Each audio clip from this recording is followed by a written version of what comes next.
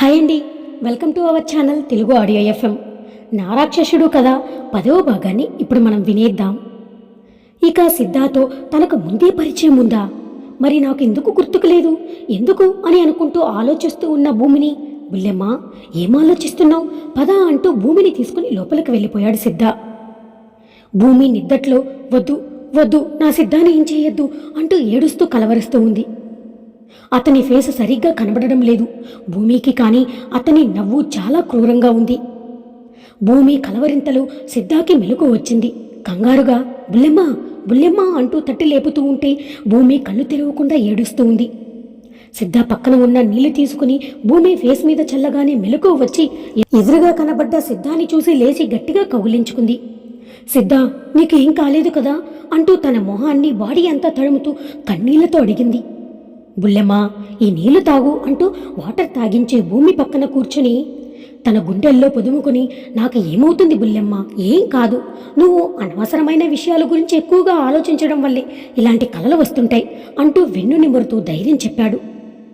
భూమి సిద్ధ చుట్టూ చేతులు వేసి గట్టిగా హత్తుకుని, నాకు దూరంగా వెళ్ళకు, నా పక్కనే ఉండు సిద్ధ అని అంది భయంగా. నేను ఎక్కడికి వెళ్ళను, నీ పక్కనే ఉంటాను, భయపడకుండా నిద్రపు బుల్లెమ్మ అంటూ లాలనగా భూమి తల నిమిరాడు. భూమి ఎంతలా భయపడిందో తను శివరవడంలోనే తెలుస్తూ ఉంది.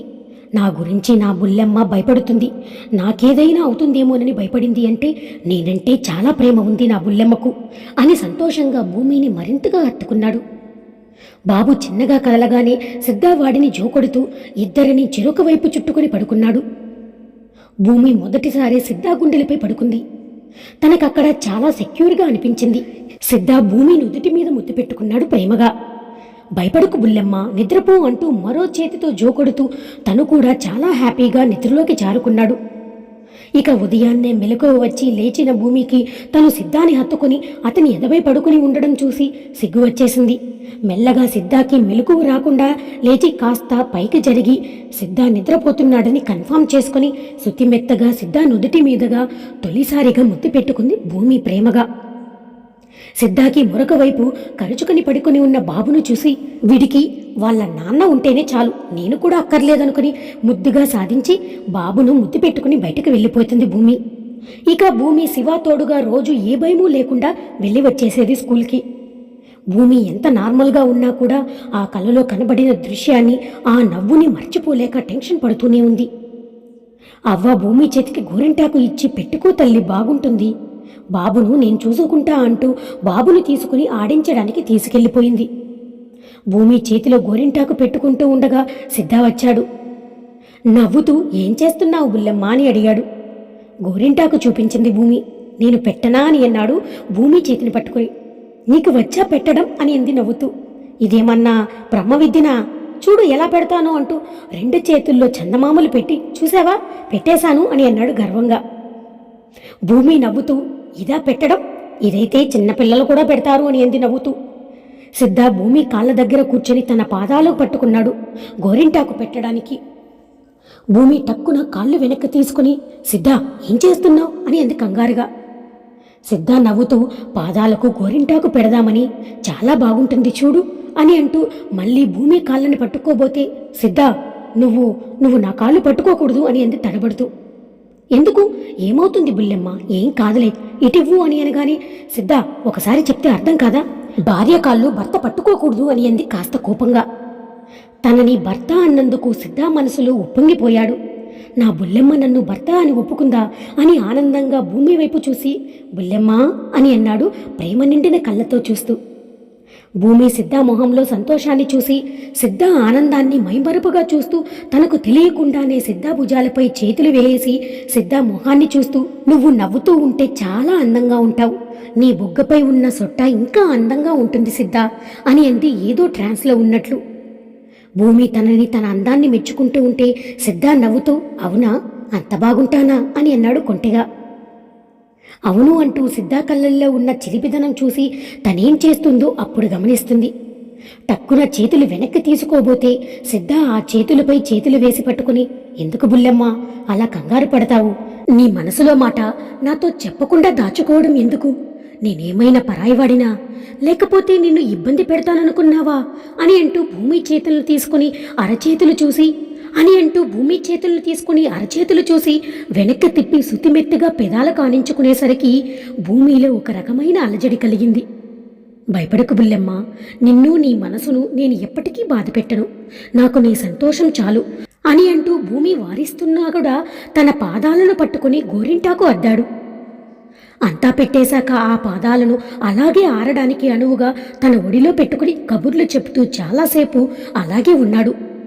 భూమి సిద్ధ మాటలు వింటూ నవ్వుతూ ప్రశాంతంగా ఉంది. ఇక సూరిగాడు బాగవ్వగానే సిద్ధ భూమిపై కసితో పగతో రగిలిపోయాడు.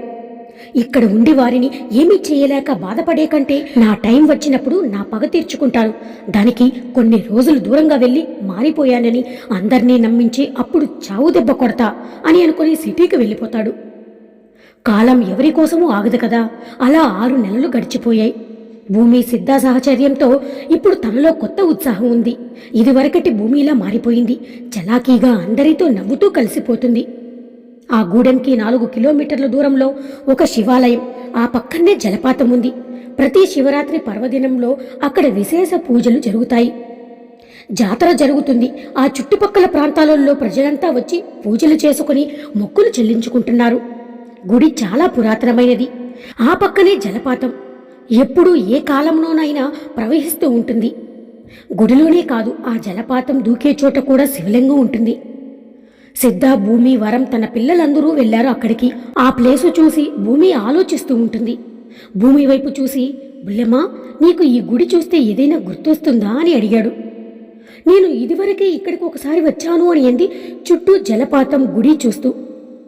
సిద్ధ భూమిని తీసుకుని గుడి ముందు భాగంలోకి తీసుకెళ్లి ఆ పక్కనే చెట్టు కింద ఉన్న ఒక సాధువును చూపించి, ఆయన్ని గుర్తుపట్టావా అని అడిగాడు. భూమికి ఏదో జ్ఞాపకం వస్తుంది. పరుగున ఆ సాధువు దగ్గరికి వెళ్లి నమస్కరించుకుంది. ఆయన భూమిని చూసి దీవించాడు నవ్వుతూ. నీ మంచితనమే నీకు తోడుగా నిలిచింది కోనా. నీ సాయం ఊరికే పోదులే. నీకు నీడై నిన్ను అంటి పెట్టుకుని ఉంటుంది. సంతోషంగా ఉండు కోనా అని సిద్ధ వైపు చూసి నవ్వాడు. సిద్ధ ఆయన పాదాలను తాకి నమస్కరించుకున్నాడు.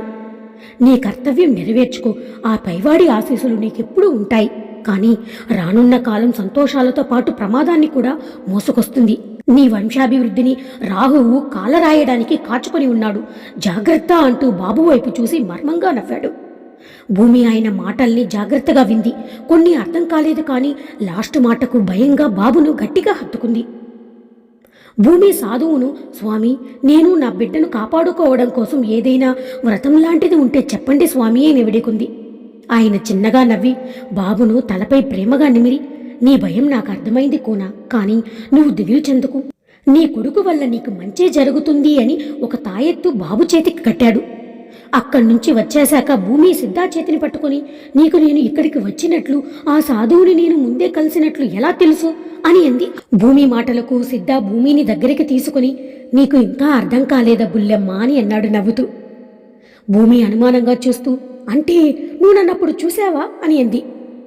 హా అని అంటూ తను అప్పటి వరకు దాచుకున్న తన కాలిపట్టి జేబులో నుంచి తీసి భూమి చేతిలో పెట్టాడు సిద్ధ. అది చూస్తూ అయోమయంగా, నా పట్టి నీ దగ్గరేగా అని అంటూ చూసింది. సిద్ధ భూమి మొహాన్ని చేతుల్లోకి తీసుకుని, ఆ రోజు నువ్వు కాపాడిన ప్రాణం నాదే బుల్లెమ్మ అని అన్నాడు ప్రేమ నిండిన కళ్ళతో. భూమి ఆశ్చర్యంగా, ఆ రోజు అక్కడ ఉంది నువ్వా సిద్ధ అని అంది ఇంకా నమ్మలేనట్టు. అవును బుల్లెమ్మ, ఆ రోజు నువ్వు నన్ను చూడలేదు, కానీ నా ప్రాణం పోయే క్షణంలో దేవతలా వచ్చి కాపాడావు. ఆ రోజే నేను నిర్ణయించుకున్నా బుల్లెమ్మ, నీకు నీడై నీకు తోడై నిలబడాలి, కానీ నీ పక్కన చోటు కావాలని కోరుకోలేదు బుల్లెమ్మ. కానీ ఈ దేవతే నా జతగా మారి నన్ను ప్రపంచంలోని అందరికంటే అదృష్టవంతుణ్ణి చేసింది అని అంటూ భూమిని గుండెలకు హత్తుకున్నాడు. భూమి సిద్ధ ఎదమీద నుండి తల మాత్రమే పైకెత్తి సిద్ధ మొహాన్ని చూస్తూ, అసలు ఆ రోజు ఏం జరిగింది సిద్ధ, నువ్వెందుకలా ఆ పరిస్థితుల్లో ఉన్నావక్కడా అని అంది. సిద్ధ జరిగింది గుర్తు చేసుకుంటూ భూమికి చెప్తున్నాడిలా. భూమి కాలేజీ చదివేటప్పుడే కాలేజీలో అందరూ ట్రిప్కి వెళ్ళడానికి ప్లాన్ చేశారు. భూమి సుమా ఇద్దరూ మేము వెళ్ళము అంటే మదర్ ఏమో కాలేజీ లైఫ్ మళ్ళీ కావాలన్నా రాదు, ఏం పర్లేదు వెళ్ళండి, ఎంజాయ్ చేయండి అంటూ పంపించేశారు. ఆ ట్రిప్లో భాగంగా ఆ వాటర్ ఫాల్స్ చూడడానికి వస్తారు భూమి కాలేజీ వాళ్ళంతా. 2 సంవత్సరాల క్రితం ఇదే రోజు, అంటే శివరాత్రి పర్వదినం రోజు అక్కడ పూజల కోసం సిద్ధ తన గూడెం వాళ్లతో అక్కడికి వస్తాడు. ఆ రోజే అందరూ వాటర్ ఫాల్స్ చూస్తూ ఫోటోలు తీసుకుంటూ ఉంటారు. భూమి సుమ కూడా ఎంజాయ్ చేస్తూ అక్కడ ఉన్న శివలింగం చూసి భూమికి పూలు పెట్టాలనిపించింది. అక్కడికి కాస్త దూరంలో కాస్త ఎత్తులో కొండ మీద ఒక చెట్టు నిండా అడవి మల్లెలు విరబూసి కనబడ్డాయి భూమికి. అవి తెచ్చి పెట్టాలని సుమ వద్దు అంటే ప్లీజ్ ఇక్కడే కదే అని అంటూ బ్రతిమలాడి వెళ్ళిపోయింది. కొండెక్కి వెళ్లిన తన ఓణీలో వాటిని తెంపుకొని వస్తూ ఉంటే ఎవరో చిన్నబాబు ఏడుపు వినిపించింది భూమికి. ఇక్కడ ఎవరు చిన్నపిల్లలు తీసుకొచ్చారు అని అనుకుంటూ ఆ పిల్లాడి కోసం చూస్తూ సౌండ్ వచ్చిన వైపు వెళ్లి చూస్తూ ఉండగా ఓ పిల్లాడు అక్కడ ఉన్న లోయల అంచున ఓ చెట్టు కొమ్మకు వేలాడుతూ కనబడ్డాడు. అది చాలా లోతైన లోయ. కింద పడితే కనీసం మనిషికి ఆనవాళ్లు కూడా దొరకవు. ఆ పక్కనే ఒక అబ్బాయి మన సిద్ధాని మెల్లగా చెట్టు మీద నుండి పాకుతూ ఆ పిల్లాడిని అందుకోవడానికి ట్రై చేస్తూ ఉన్నాడు. అతని ఫేస్ కనబడడం లేదు భూమికి. కంగారుగా అక్కడి వెళ్ళి హెల్ప్ చేయడానికి చూసింది. ఎవరైనా పిలుద్దామంటే ఆ వాటర్ సౌండ్కి అరిచినా కింద ఎక్కడో ఉన్న వాళ్ళకి వినబడదు. చేసేది లేక తనే హెల్ప్ చేయాలని దగ్గరకు వెళ్ళేటప్పటికీ అతను ఆ పిల్లాడిని అందుకుని గంటిపై ఎక్కిస్తూ ఉండగానే ఆ చెట్టు కొమ్మ విరిగి సిద్ధ కింద జారిపోతూ కనబడ్డాడు. ఆ పిల్లాడు గట్టు అంచుకు భయంగా ఓ చెట్టు మొదలు పట్టుకుని ఏడుస్తూ ఉన్నాడు భయంతో. భూమి గబగబా ఆ చెట్టు దగ్గరికి జాగ్రత్తగా వెళ్ళి ఆ పిల్లాడిని ఎత్తుకుని వచ్చేసింది ఎలాగో అలాగా. సిద్ధ జారి పడిపోవడం చూసిన భూమి ఒక్కసారిగా గుండాగినంత పనైంది. పరుగున అక్కడికి వెళ్ళి ఏమండి అని అరిచింది. ఆ వాయిస్ సిద్ధ చెవులకు చేరడం నెక్స్ట్ సెకండ్లో తన చేతికి తీగ దొరికి కిందకి వేలాడుతున్న తీగను పట్టుకుని పడిపోకుండా ఆపుకున్నాడు తన్నే తాను. ఆ బాబుని ఎత్తుకుని అక్కడే చదునుగా ఉన్న ఒక చోట కూర్చోబెట్టి ఇక్కడే ఉండి బాబు అని లోయ అంచుకు వచ్చి కిందకు చూసి తన చుట్టూ చూసింది ఏదైనా దొరుకుతుందేమోనని. అక్కడ ఏమీ లేకపోవడంతో బాధగా ఎలా కాపాడాలతన్ని అనుకుంటూ దేవుడా హెల్ప్ చేయి అని అంటూ పైకి చూసి వేడుకుంది దీనంగా. అప్పుడే గాలికి తన ఓణి ముందుకు రావడంతో దాన్ని వెనక్కి వేసుకోబోయి ఇది ఉందిగా నాకిప్పటి వరకు ఎందుకు ఇది గుర్తుకు రాలేదు అని మనసులోనే అనుకుంటూ ఓణి తీసి సిద్ధా వైపు కిందకి జారబిడిసింది. ఏమండి దీన్ని పట్టుకోండి, నేను లాగుతా పైకి, మీరు రావడానికి ట్రై చేయండి అని అంది భూమి. సిద్ధ భూమి మాట ఆజ్ఞగా భావించి ఓ చేత్తో ఆ ఓణి పట్టుకుని మరొక చేత్తో తీగ సహాయంతో పైకి రావడానికి ట్రై చేస్తూ ఉంటే భూమి సిద్ధాని పైకి లాగడానికి తన శక్తి సరిపోవడం లేదు. కానీ అతన్ని ఎలాగైనా కాపాడాలనే సంకల్పంతో చేతులు ఎర్రగా కందిపోయి కింద రాపిడికి మట్టిలో ఉన్న చిన్న చిన్న రాళ్లు గుచ్చుకొని రక్తం వస్తున్నా లెక్క చేయలేదు భూమి. తన ముందు ఉన్న రాయిని బలంగా కాళ్లతో సపోర్ట్ చేసుకుంటూ లాగుతూ ఉంది. సిద్ధ బరువు మొత్తం భూమికి ఇవ్వలేక కాస్త పైకి రాగానే అక్కడొక మరొక దుంగ చేతికి అందగానే దాని సాయంతో పైకి వచ్చాడు. కరెక్ట్గా సిద్ధ భూమి చేతిని పట్టుకునే టైంకి పైకి చూసిన సిద్ధాకి ఎక్కడి నుంచి వచ్చిందో ఒక పాము సిద్ధ పట్టుకున్న దుంగ మీదే పడి పడగ ఎత్తుకుని సిద్ధ చేతిని ఏమాత్రం కదిలినా కాటు వేయడానికి సిద్ధంగా ఉంది. భూమికి ఏం చేయాలో అర్థం కాక ఏదైతే అది అవుతుందని ఆ పామును టక్కున పట్టేసి దూరంగా విసిరేసింది. అతను అప్పుడు ఊపిరి పీల్చుకుని భూమి చేతిని పట్టుకుని పైకొచ్చాడు. కరెక్ట్గా సిద్ధ భూమిని చేరుకునేసరికి భూమి అమ్మా అంటూ కింద పడిపోయింది. సిద్ధ మొహం క్షణం కూడా చూడలేదు భూమి. అందుకే సిద్ధ తనకు గుర్తులేడు భూమికి. సిద్ధ భూమిని చూస్తే తన చేతిపై పాము కాట్లు వేసిన గుర్తుగా కాట్లు కనబడ్డాయి. సిద్ధ తన చేతిని కట్టుకున్న నల్లదారం పెరిగి భూమికి మణికట్టు దగ్గర గట్టిగా కట్టేశాడు, విషం శరీరమంతా పాకకుండా. భూమి మొహాన్ని అప్పుడు చూశాడు. చందమామలో అయినా మచ్చుందేమో కానీ భూమి ముఖంలో మచ్చలేని జాబీలా అలా అందంగా అమాయకంగా ఉంది. స్పృహలో లేని భూమి చెంపలపై చిన్నగా తడుతూ బుల్లెమ్మా బుల్లెమ్మా అని అన్నాడు ప్రేమ నిండిన గొంతుతో. ఆ మాట భూమి మెదడులో చేరాయి కానీ చలనంలో లేదు. అప్పటికే భూమి నోటి నుండి నురగ వస్తూ ఉంది. సిద్ధ ఆ బాబును వెంట రమ్మని భూమిని ఎత్తుకుని పరుగున గుడి దగ్గరికి వచ్చాడు. అక్కడ సాధువు అన్ని రకాల వైద్యాలు చేస్తాడు, అక్కడ దొరికే మూలికలతో. ఆ విషయం సిద్ధాకి తెలుసు కాబట్టి నేరుగా ఆ సాధువు దగ్గరికి వెళ్ళి స్వామి ఈ బుల్లెమ్మని కోడెనాగు కాటేసింది, కాపాడండి స్వామి అని అంటూ అర్థించాడు. ఆయన భూమి మొహాన్ని పరిశీలించి చేతిని పట్టుకుని నాడీ చూసి తన సంచిలో నుండి కొన్ని మూలికలు సిద్ధా చేతికి ఇచ్చి వెంటనే వీటిని దంచి రసం తీసివ్వు అని అన్నాడు. సిద్ధ చకచకా పసరు తీసి సాధువు చేతికి అందించాడు. ఆయన ఆ పసరు భూమి పాము కాటు వేసిన చోట పెట్టి మరొక వేరు తీసి దాన్ని నీళ్లల్లో కాసేపు ఉంచి ఆ నీటిని భూమి నోరు తెరిపించి కొన్ని నోట్లో పోసి అవి మింగించడానికి భూమి ముక్కు మూశాడు. వెంటనే ఆ నీటిని భూమి మింగేసింది. సిద్ధ కంగారుగా భూమి వైపు చూస్తూ ఉన్నాడు. ఆ పిల్లాడు భూమి పక్కన కూర్చొని అక్కా అక్కా అంటూ చేతిపై తడుతూ పిలుస్తూ ఉన్నాడు. కానీ భూమి కదలట్లేదు. సిద్ధ వాడిని ఎత్తుకుని భయపడకు, తను నిద్రపోయింది, ఇప్పుడు లేస్తుందిలే అని అన్నాడు ఓదారుస్తూ. సిద్ధ సంకలో నుండి దిగి అమ్మా అంటూ వెళ్ళాడు ఒక ఆవిడ దగ్గరకు.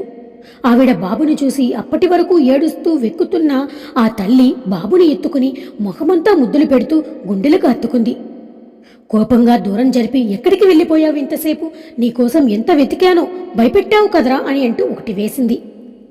వాడు ఏడుస్తూ నేను అక్కడ జింకపిల్లను చూశాను అని కొండను చూపించి దానికోసం వెళ్ళాను, అది నాకు దొరకలేదు, నేనప్పుడు పడిపోతూ జారి అక్కడ ఉన్న లోయలో పడబోయాను, ఆ అంకుల్ అంటూ సిద్ధా వైపు చూపించి నన్ను పైకి తెచ్చాడు, అప్పుడు ఆ అంకుల్ కూడా పడబోతే ఆ అక్క అంకుల్ని కాపాడింది అంటూ వాడి బుడ్డి బుడ్డి మాటలతో జరిగిందంతా చెప్పాడు.